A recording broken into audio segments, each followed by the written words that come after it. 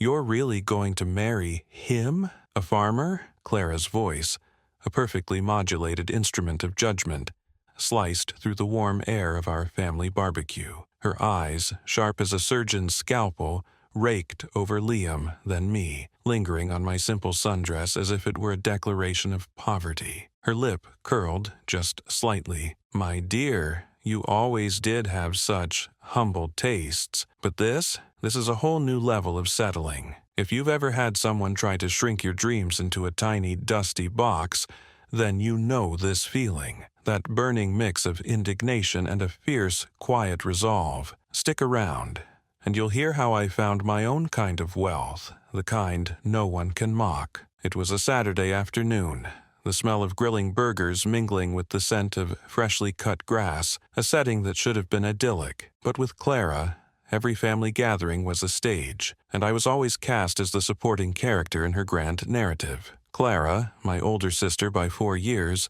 had always been a force of nature, a hurricane in a Chanel suit. Even as children, she'd orchestrated our playtime, dictating who got the best doll, whose drawing was good enough for the fridge. Her ambition wasn't just a desire to succeed, it was a desperate need to be seen, to be envied, to stand atop a glittering pile of achievements, always just out of my reach. She'd excelled in school, snagged a prestigious internship, and now, at 28, was climbing the corporate ladder in the city, her life a curated Instagram feed of rooftop bars, designer bags, and power lunches. Her definition of success was purely external, measured in accolades and zeros in a bank account. She thrived on validation, and my quiet life, my contentment in small things, felt to her like a personal affront, a challenge to her worldview. It was as if my happiness without the trappings of wealth diminished her own carefully constructed empire. I, on the other hand, found joy in the quiet rhythms of life. Give me a good book, a walk in the woods, or a shared laugh over a simple meal, and I was content. I'd chosen to stay in our small rural town, working as a librarian, surrounded by stories and the steady hum of community. My world felt rich in connection, in purpose, in the beauty of the everyday. It wasn't glamorous, but it was mine, and it felt profoundly honest. Then Liam walked into it, not with a grand entrance, but quietly, like the first snowfall. He'd come into the library looking for books on sustainable farming, his hands calloused, his eyes the color of deep earth, kind, steady, and full of a wisdom that went beyond textbooks. He owned a small farm on the outskirts of town, growing organic produce, working the land with a quiet reverence. He didn't talk much about himself, but when he spoke, it was always with purpose, about the cycles of nature, the resilience of the soil, the integrity of honest work. We started with conversations about heirloom seeds and crop rotation, which quickly morphed into talks about dreams, fears, and the quiet joys we both found in the world. He'd bring me fresh vegetables from his farm, still warm from the sun, and I'd recommend books that made him smile. Our love wasn't a sudden spark, but a slow, comforting burn, built on shared values and a deep, unspoken understanding. He saw me, truly saw me, beyond the shadow of Clara's expectations. He loved my quiet strength, my passion for the simple things. He wasn't chasing grand ambitions. He was building something real, rooted in the earth, and that felt more profound than any city skyline. When I told Clara about Liam, she'd laughed, a short, dismissive puff of air. "A farmer? Julia, are you serious? Is he even educated?" She'd made it sound like a punchline, like I was deliberately choosing a life of hardship. Her reaction to Liam in person, that Saturday at the barbecue, was even worse. She'd subjected him to a rapid-fire interrogation about his income, his land, his prospects, her questions thinly veiled attacks. Liam, bless his calm heart, had answered honestly, without a hint of defensiveness, his gaze steady. He'd told her about the challenges of organic farming, the beauty of living off the land, his plans for expanding his small, sustainable operation. He hadn't tried to impress her, hadn't embellished a single detail. He was just Liam, authentic and true. And that, I realized, was what infuriated Clara most. He couldn't be categorized, couldn't be dismissed as easily as she wanted. She wanted him to be intimidated, to cower under her judgment, but Liam just smiled. A gentle, knowing smile that seemed to say he understood her better than she understood herself. "He's charming, I suppose," she'd conceded later, pulling me aside, her voice dropping to a conspiratorial whisper that didn't quite mask the disdain. "But Julia, darling, what kind of life is that? Dirt under your fingernails, worrying about the weather. You're meant for more than this. A small-town librarian married to a poor farmer. It's just so uninspired. You'll be living hand-to-mouth, never seeing the world, never experiencing real luxury. You'll regret it, you know. When you see what real success looks like, you'll kick yourself for throwing it all away on a handful of potatoes." Her words, delivered with a saccharine sweetness, were meant to plant seeds of doubt, to make me question my choices, to make me feel small and foolish. But as I looked at Liam, laughing with my father by the grill, his presence radiating warmth and calm, I felt a surge of defiance. Clara saw only dirt and lack. I saw honesty, integrity, and a future built on solid ground. She thought she was diminishing me, but all she did was solidify my resolve. "Just wait," I thought. "You have no idea what real success looks like." "You really think this is enough, don't you?" Clara had asked, her voice dripping with mock pity after our small backyard wedding. A life of dirt and silence. How quaint. Liam had simply squeezed my hand, his calloused thumb tracing circles on my skin, and smiled that quiet smile of his. He didn't need grand gestures or public validation. His love was a steady current, flowing beneath the surface, and it was enough, more than enough. Our wedding was just us, a handful of close friends, and the sprawling oak tree in Liam's backyard, its branches heavy with ancient wisdom. I wore a simple white dress I'd found at a vintage shop, and Liam, his best denim shirt. Clara, of course, hadn't come. She'd sent a text, "Too busy with important engagements, darling. Send photos of the mud pies." She thought it was a joke. I knew it was her way of reminding me of the chasm she believed lay between us. Life with Liam wasn't what she imagined.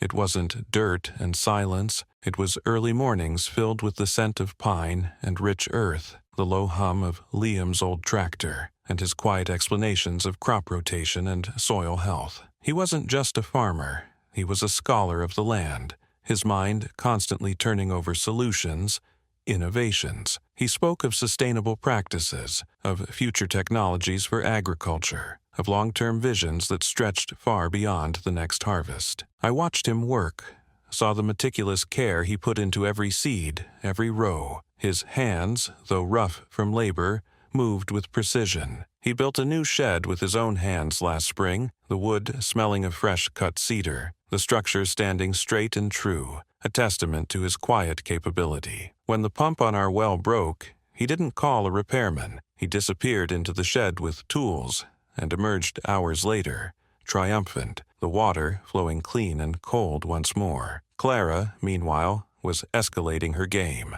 Her social media was a constant barrage of designer bags, exclusive parties, and photos with increasingly important-looking people. She'd call me, not to chat, but to casually drop mentions of her latest conquests. "Oh, darling, I just had lunch with a venture capitalist who owns half of Silicon Valley. He asked about my simple sister. I told him you were still cultivating your roots." She'd laugh, a brittle, sharp sound that grated on my nerves. I'd listen, sometimes offering a bland, "That's nice, Clara," and then change the subject to something mundane, like the progress of our tomato plants. She'd always steer it back. "You know, Mark, my new boyfriend, he's just so established. Old money, darling. Not like some people who have to work for their living." Mark was her latest trophy, a tall, impeccably dressed man with an unnervingly smooth smile. He owned a string of high-end galleries and spoke in hushed tones about art investments. Clara paraded him around like a rare exhibit, especially at family gatherings. She'd subtly steer conversations towards our modest home, our lack of lavish vacations, always contrasting it with Mark's sprawling estate and his private jet. Liam would sit quietly, observing. He'd offer Mark a firm handshake, a polite nod, and then retreat into himself. never engaging in Clara's thinly veiled competitions. He never defended himself against her digs. He didn't need to. His quiet confidence was its own defense. Around town, whispers started. A mysterious, reclusive billionaire was buying up land, not just small plots, but huge tracts, piece by piece, swallowing up old farms and untouched wilderness. No one knew his name, only that he was a tech titan, a ghost, operating through layers of shell corporations. The local paper ran speculative articles. The coffee shop buzzed with theories. Some said he was building a compound, others a nature preserve. The sheer scale of the acquisitions was unprecedented. Clara, of course, seized on this. "Can you imagine?" She'd gush over the phone.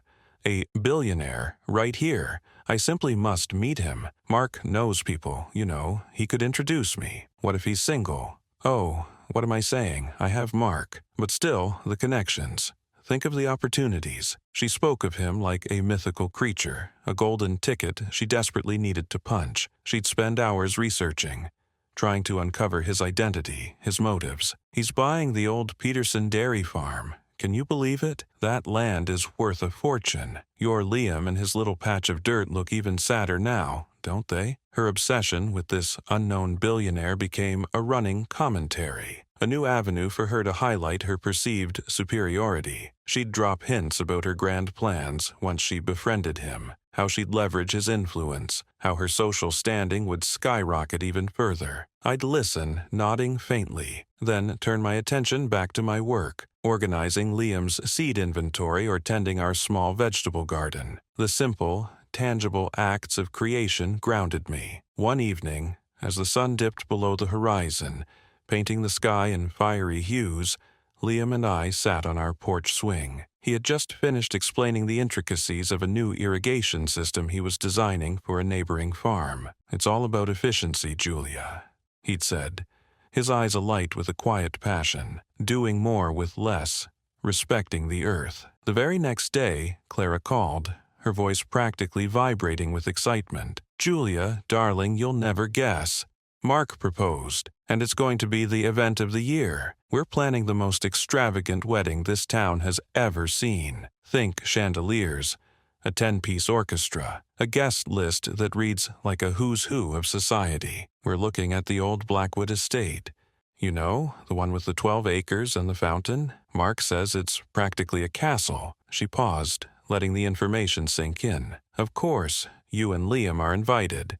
You absolutely must come. It'll be a real eye-opener for Liam. He'll finally see what real wealth looks like. Maybe he'll even learn a thing or two about ambition." Her tone was laced with condescension, a clear attempt to put me in my place, to highlight the vast gulf she imagined between our lives. "It'll be good for you both to see how the other half lives," she added, her voice dripping with mock concern, leaving me with a bitter taste and a surge of protective defiance for the man I loved. Clara's engagement to Mark was less a celebration and more a declaration of war. The invitations arrived like gilded weapons, thick, heavy cardstock, embossed with intertwined initials, demanding black tie attire and an RSVP for a 3-day affair. The venue, the Grandeur Estate, was a name whispered with reverence in our small town, a sprawling property on the outskirts, recently acquired by a mysterious, reclusive billionaire. Clara spared no expense. Every conversation became a monologue about custom-designed gowns from Milan, a 5-tier cake flown in from Paris, and a guest list that read like a who's who of high society. She'd call,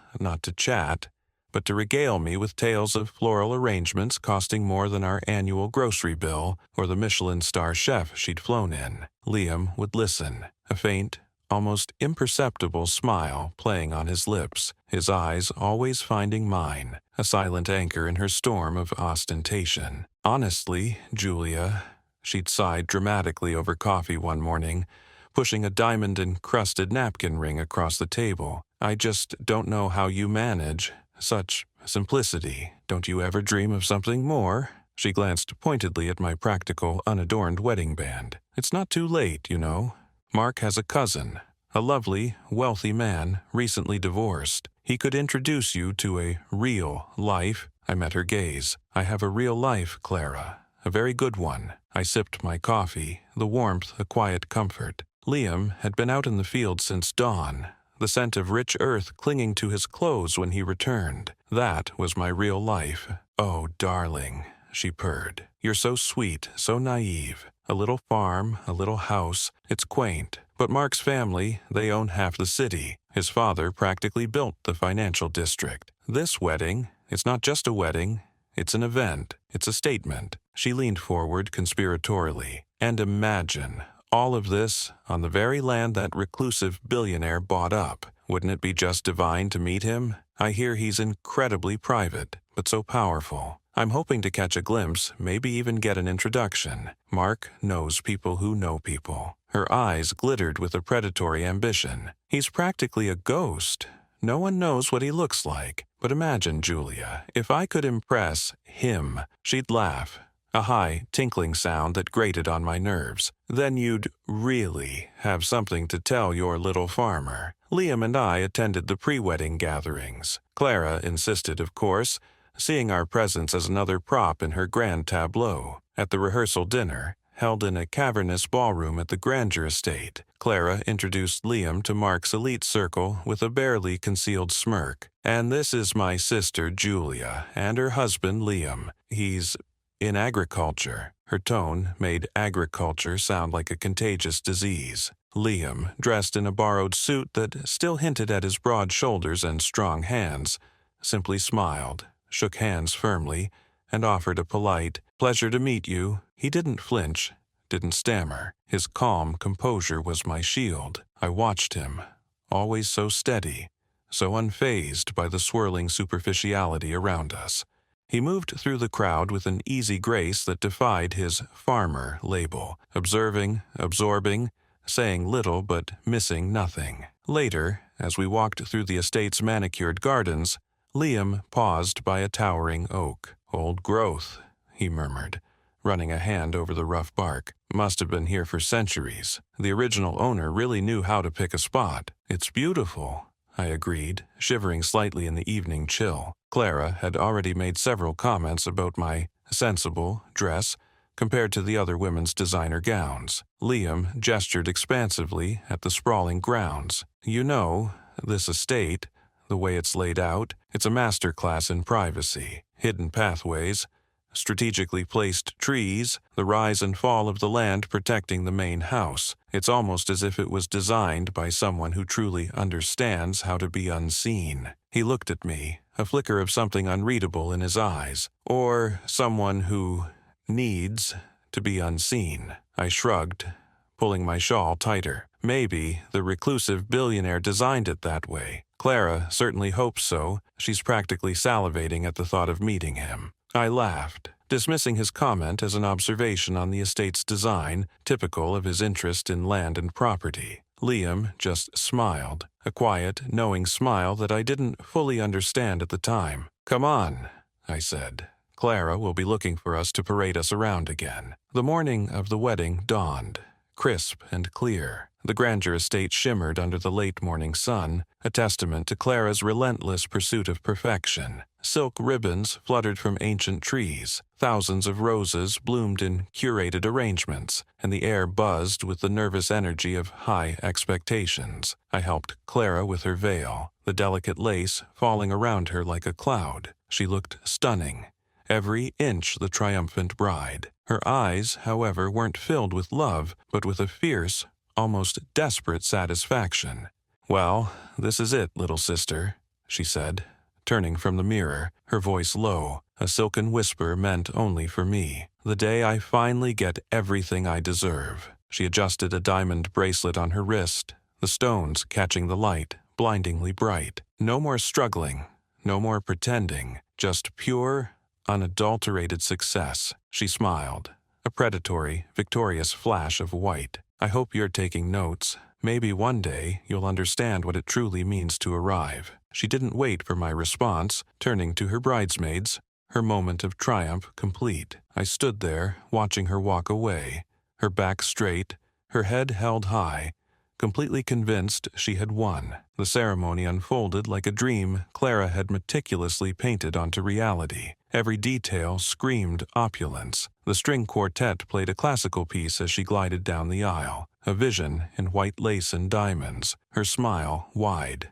triumphant. Mark, handsome and polished, waited at the altar, his eyes fixed on her with an expression of possessive pride. I sat beside Liam in the third row, tucked away, observing the spectacle. The air shimmered with the scent of lilies and money. Clara's laugh, light and airy, carried across the manicured lawn as the vows were exchanged, then the rings. The officiant pronounced them husband and wife, and a ripple of applause swept through the assembled elite. Clara threw her bouquet with practiced elegance, catching it herself with a sly grin, as if even fate was bending to her will today. She then turned to Mark, her hand resting on his arm, a picture of absolute, unassailable victory. Her gaze found mine across the sea of designer hats and tailored suits, a quick, dismissive glance that confirmed her perceived triumph. I met it with a small, steady smile, Liam's hand warm and reassuring in mine. Just as the formal photographs began,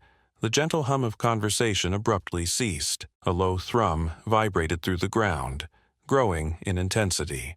Guests exchanged confused glances, craning their necks towards the sky. The sound escalated quickly into a deafening roar, a powerful rhythmic beat that rattled the crystal chandeliers hanging from the marquee. "What in the world is that?"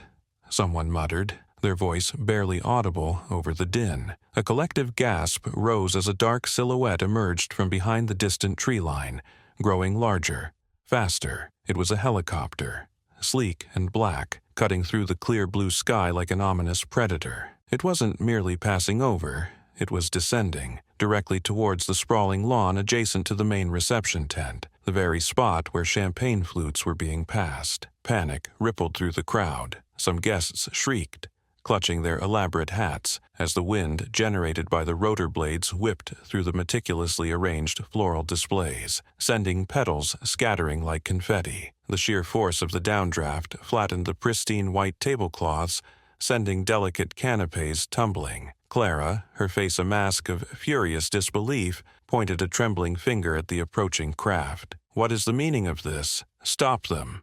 This is my wedding." Mark, equally bewildered, tried to calm her, but his words were lost in the escalating chaos. The helicopter settled onto the grass with a controlled, powerful thud, its rotors still spinning, kicking up a storm of dust and loose gravel. A uniformed pilot emerged from the cockpit, then moved to open the rear door. Every eye in the vicinity was fixed on that door, a mixture of annoyance and morbid curiosity etched on their faces. A man stepped out. He wasn't in a pilot's uniform. He was impeccably dressed in a dark, custom-tailored suit that fit his frame with quiet precision. His hair, usually a little disheveled from working on the farm, was neatly combed, glinting under the afternoon sun. He carried himself with an unfamiliar, yet undeniable, aura of quiet authority. He didn't look around at the startled guests. His eyes, calm and unwavering, scanned the crowd, dismissing the chaos he had caused, until they landed directly on me. My breath hitched. It was Liam, my husband. A ripple of whispers spread through the crowd, starting subtly, then growing into a crescendo of incredulous murmurs. "Is that? It can't be. Who is that man?" I saw the wedding planner's eyes widen, then narrow in disbelief, a hand flying to her mouth. Mark's father, a prominent real estate mogul, adjusted his glasses, his jaw dropping visibly. His gaze darted from the man who just stepped out of the helicopter to the sprawling estate around them, and then a clear, authoritative voice cut through the stunned silence, a voice I recognized from countless charity galas and society columns. It belonged to Mrs. Albright, a formidable matriarch known for her connections to the tech world. "Good heavens!"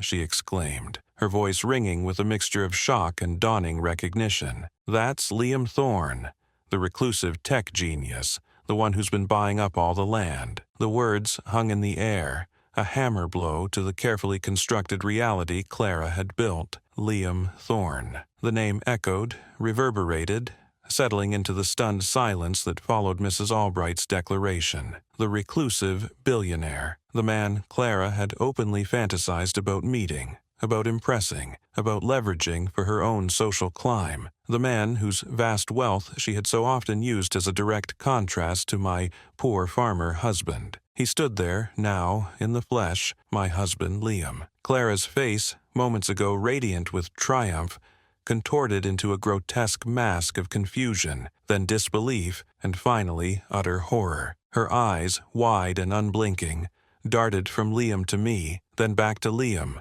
as if trying to reconcile the image of the man who just stepped from a private helicopter with the dismissive label she had so confidently assigned him for years.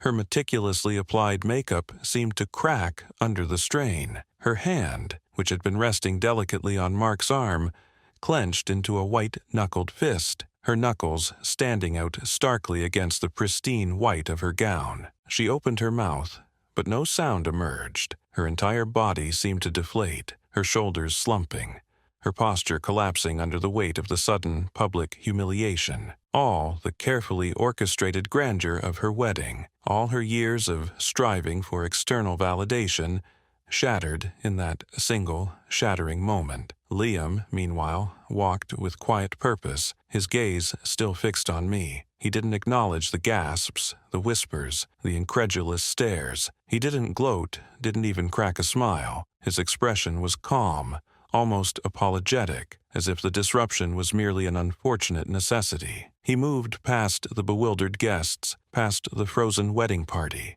his presence commanding the space without effort. He reached me, and his hand found mine, a familiar, comforting squeeze that grounded me in the whirlwind of the moment. My own shock, a brief wave of disbelief, quickly receded, replaced by a profound sense of vindication, not of triumph over Clara, but of the quiet, undeniable truth of our life together. This was my Liam, the man I loved, the man who had always been more than he seemed, not because of his wealth, but because of his integrity. His eyes met mine, a silent conversation passing between us, understanding, reassurance, and a shared, profound moment of clarity. Then, slowly, almost reluctantly, he turned his gaze towards Clara, who still stood frozen, her face ashen. He took a single step towards her, his voice low but clear enough to carry across the stunned silence. "Clara," he said, his tone devoid of malice, yet carrying an undeniable weight of finality. "I apologize for the dramatic entrance, but I needed to confirm the transfer of ownership before the ceremony proceeded further.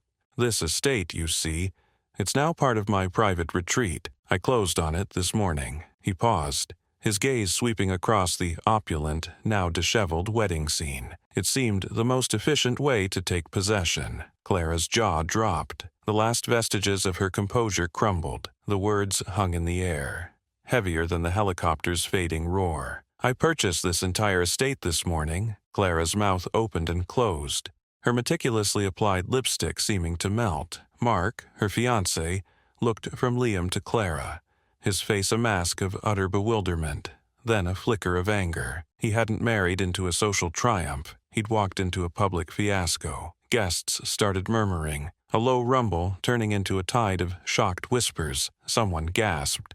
"The reclusive billionaire?" Another pointed. "He bought the Hathaway land, didn't he, and the old mill?" It all clicked for them, a dizzying explosion of realization. Clara's perfectly coiffed hair seemed to droop. She looked like a doll that had been dropped, all the air knocked out of her. She stumbled back, almost tripping over the train of her gown. Mark moved to steady her, but she flinched away, her eyes still locked on Liam, then on me. The triumph in her eyes had been replaced by a raw, naked humiliation that made my stomach clench. I didn't feel joy, not exactly, just a deep, quiet exhale of validation. Liam turned, his gaze finding mine. He extended a hand, not to Clara, but to me. "Ready to go home?" he asked, his voice soft, for my ears only. It was a question that cut through the chaos, a quiet anchor in the storm. I took his hand, my fingers intertwining with his. His palm was warm, reassuring. This was real. This was our life. The wedding did not continue. Not really. The formal photographer packed his bags, looking shell-shocked. The caterers started dismantling the champagne towers. Mark's family looked furious. He himself looked like he wanted to disappear. Clara stood frozen, a statue of shattered ambition. while her dream wedding dissolved around her. Liam led me away from the main tent, past the bewildered guests, towards a quiet corner of the estate, surprisingly untouched by the current pandemonium. He pulled me close, his arms wrapping around me. "I'm sorry," he whispered into my hair. "I never intended for it to play out like that, but she pushed too hard." I leaned into him, breathing in the familiar scent of earth and something uniquely him. "Why?" I asked, looking up at him. "Why the farmer act?" He smiled, a genuine, open smile that reached his eyes. "Because I wanted to be loved for me, not for my name or my bank account. I wanted someone who saw beyond the zeros, someone who valued quiet sunrises and honest work, not just grand estates." He paused, his thumb stroking my cheek. "And I found you. You were the only one who didn't care about what I had, only who I was." He had been planning this for years, quietly buying up the land, piece by piece, building his private retreat. The estate where Clara's wedding was held was the final, crucial acquisition. He'd finalized the purchase just that morning, not knowing Clara had booked it for her wedding. When he found out, it was too late to change the venue without causing a massive scene, and he decided to let fate take its course. He had no idea how public the revelation would be. "I thought," he said, "I could just slip in, sign the papers, and leave quietly. But then I saw her, Clara, her face so full of triumph, and I knew, for you, I had to make it clear. She needed to see what true wealth looked like." My eyes welled up, not with sadness, but with overwhelming love for this man who had shielded me, honored me, and now, in his own quiet way, vindicated me. Clara's marriage to Mark barely lasted 6 months. The public humiliation, the whispers, the sheer embarrassment of her elaborate, failed spectacle proved too much. Their union, built on a foundation of social climbing and superficial display, crumbled under the weight of reality. Mark felt used. Clara felt utterly exposed. She disappeared from the social scene, her carefully cultivated image irreparably shattered. I heard she moved to a different city, started over, but the details were vague. We never saw her again, and honestly, I didn't seek her out. There was no joy in her downfall, only a quiet understanding of the emptiness she had always chased. Our lives, however, continued much as they always had. Liam still woke before dawn, still tended his land, though now it was a sprawling, tech-integrated agricultural enterprise, a vision of sustainable farming powered by his genius. He still wore his worn work boots more often than designer shoes. Our small farmhouse, which Clara had scoffed at, became the heart of our world. He built a state-of-the-art research lab hidden discreetly on the property, but our evenings were still spent on the porch, watching the sunset, talking about our day, holding hands. We traveled, sometimes on his private jet, to remote corners of the world where he funded conservation projects or invested in renewable energy, but we always returned to the quiet peace of our home. His wealth bought us freedom, security, and the ability to pursue our passions, but it didn't define us. It amplified our values, rather than altering them. One crisp autumn evening, months later, I walked through the fields with Liam, the golden light of dusk painting the sky. The air smelled of damp earth and ripening crops. He reached for my hand, his calloused fingers warm against mine. "Remember what Clara used to say?" he asked, a faint smile touching his lips. "About marrying a poor farmer?" I squeezed his hand. "I remember." He stopped, turning to face me, his eyes full of tenderness.